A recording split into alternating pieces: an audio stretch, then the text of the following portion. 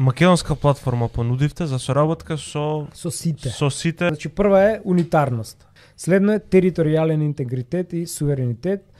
Следно е идентитет. Следната е секуларноста. Со оваа пета точка предлагаме државен инспекторат за инсигнии или за символи.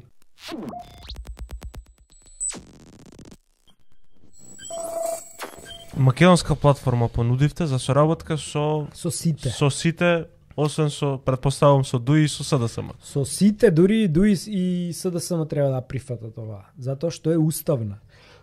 Добро. Значи со сите, буквално. Во 5 точки, ако може да ги елаборирате. Да ги елаборираме. Значи прва е унитарност.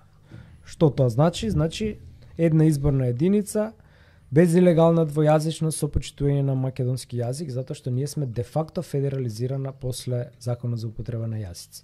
Следно е територијален интегритет и суверенитет.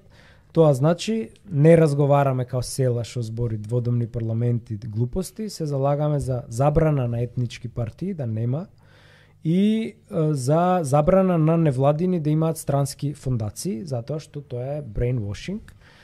Следно е идентитет, укинување на историска комисија, не за бугари во устав, враќање на назив македонски. Знаете дека Заев ги избриша македонски шуми, македонска опера, надвор, значи ултравирес што се вика на латински правно, надвор од барањата во надвор. Бидејќи во преспанскиот, ако го читате внимателно, јас сум правник, тоа ми е професионална деформација, да нормативно правно толкова, таму вика дозволено е употреба на македонски, како што ама вика, ако во Грчка се употребува македонски, ќе важи, ќе значи ова, а во Македонија ако се употребува македонски, ќе значи од словенско, не знам, ме сваќаш? Демек античката е наша, ваша е од 6-7 век.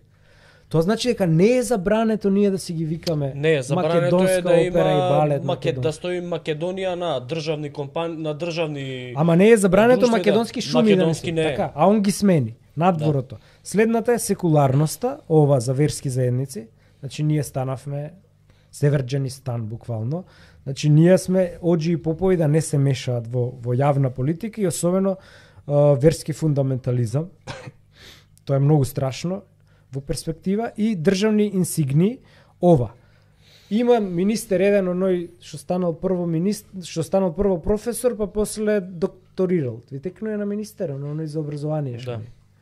Тоа е феномен, брат. Прво станал професор и после некој месец докторира. Се дешава, знаеш. Да. Научки, У процес му било. У процес му било.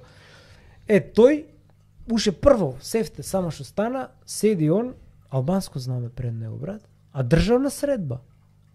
Абе ти не си удуи штабот по албанско знаме. И ние поднесуваме, нели по устав, владата е надлежна за извршување на законите ако нема орган. И у случајов нема орган.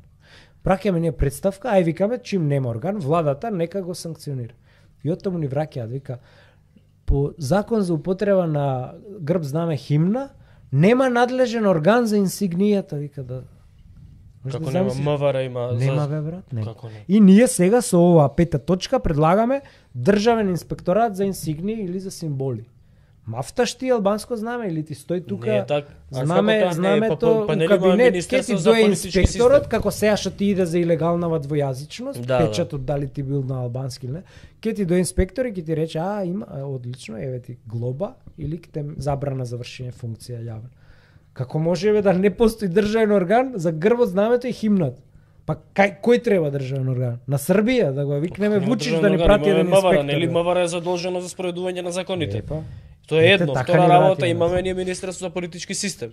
Кој што нели Министерство за политички систем нели имаше. Ти знаеш и Џафери кој збореше на албански. Само ние му поднесовме и кривична и инспекторат представка и ни враќава недокваканава, тогаш не беше ова Скафандеров, беше онаа другана, како ја вика бе, забравам и го името. Анонимусија, не знам, која беше за култура претходно.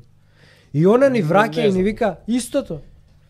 Вика Министерството за култура како управен орган нема надлежност, вика, да постапува во носител на законодавна власт.